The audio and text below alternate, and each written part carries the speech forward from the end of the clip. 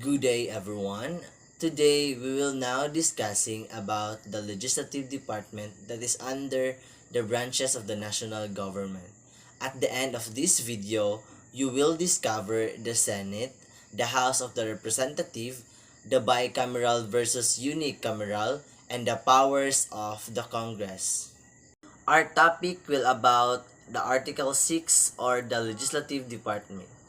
Take note that the legislative power is given to the Congress of the Philippines, and this consists of the Senate and the House of the Representative.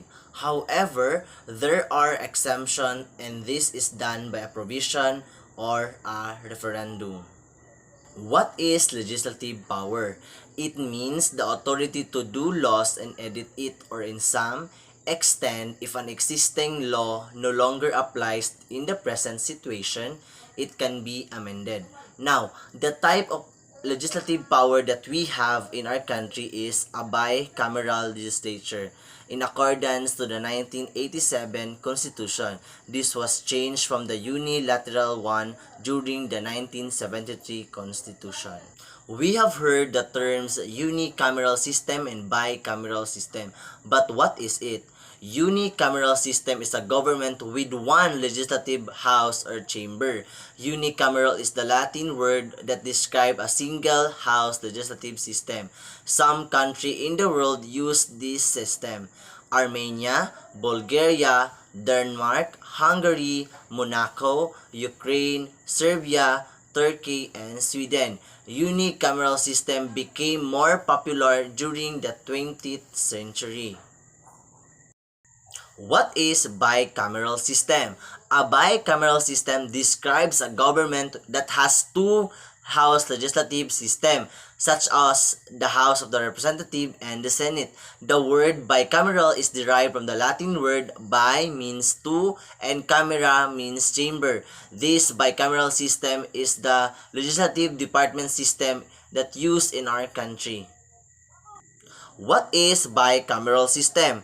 A second chamber is necessary to serve as a check to hastily considered legislation. It serves a training ground for our future leader.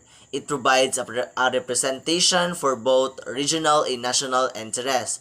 It is less susceptible to bribery and control of big interests, and it is the traditional form of legislative body dating from ancient times. It has been tested in the crucible of the human experience. We're done with the advantages of bicameralism.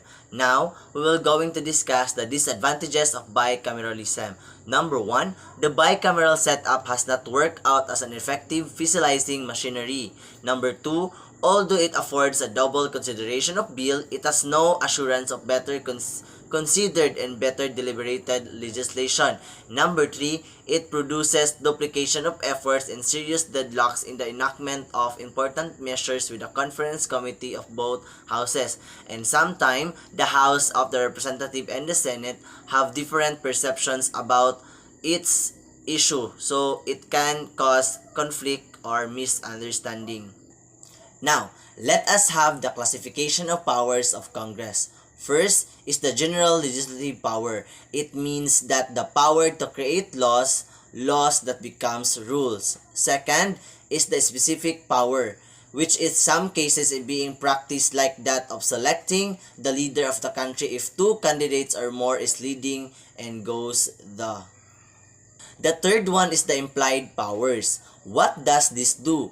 It does have a power to inquire or investigate, do proceeding, and even the determination of the punishment.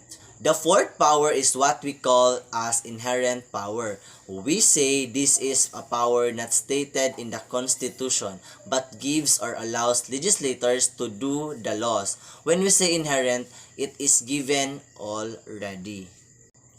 In other words, they're always considered granted by the people even if not expressed granted by them in that constitution. What are the examples of the inherent powers? First, the power of taxation. Number 2, the power of eminent domain. And number 3, the police power. This is the example of the eminent domain.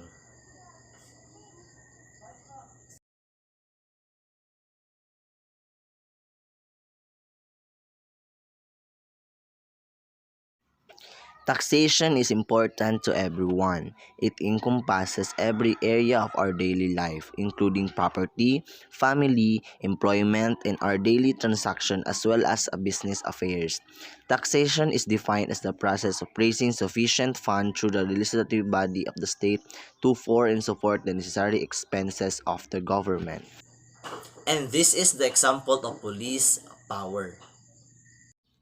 The Senate introduces a resolution, specifically Senator Miriam Defensor Santiago, a resolution directing the Senate Sergeant-at-Arms to enter into a memorandum of understanding with the Philippine National Police Director General regarding the service of warrants of arrest and other processes issued by the Senate and its committees. So meaning, the PNP have the right to issue the warrant of arrest if the Senate and committees granted it.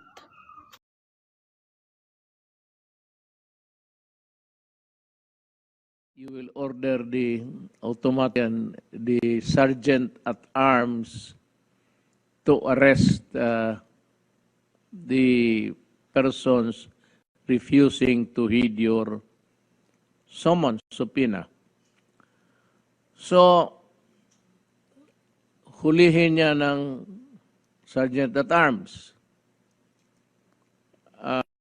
I said that you have gone out of bounds amounting to lack of jurisdiction. So, sabihin ko sa sergeant at arms ngayon, do not ever attempt to arrest anybody. Kasi ikaw ang arestuhin ko. Ngayon, you will order the police and the military to help the sheriff. Ako naman as Commander-in-Chief of all uniformed personnel of government, I am ordering the police and the military and everybody to stay out of this trouble. So now, we will going to discuss the Senate. In Section 2, the Senate shall be composed of 24 senators who shall be elected at a large qualified voters of the Philippines. And just like the President, the senators have its qualification. Number 1, no person shall be a senator unless he is a natural-born citizen of the Philippines, at least 35 years of age of the day of the election, able to read and write, registered voter, and resident of the Philippines for not less than 2 years.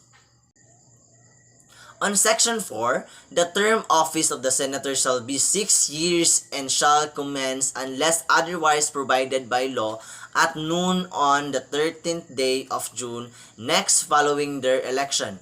No senator shall serve for more than 2 consecutive terms. On Section 5, it composed more than 250 members, popularly known as the congressman. And just like the President and the Senate, this is the qualification of the House of Representatives. A natural-born citizen of the Philippines, at least 25 years of age, able to read and write, registered voter, and a resident of its district for at least 1 year. So, the House of Representatives is composed by the congressman of its provinces and the party list. On Section 7, the members of the House of the Representatives shall be elected for a term of 6 years, which shall begin at noon on the 13th day of June. No member of the House of the Representatives shall serve for more than 3 consecutive terms. That was the Legislative Department. Next up is the Judicial Department. Again, I am Von Kevijiro Gasa, a grade 12 GAS student of Pungabong National High School. Thank you.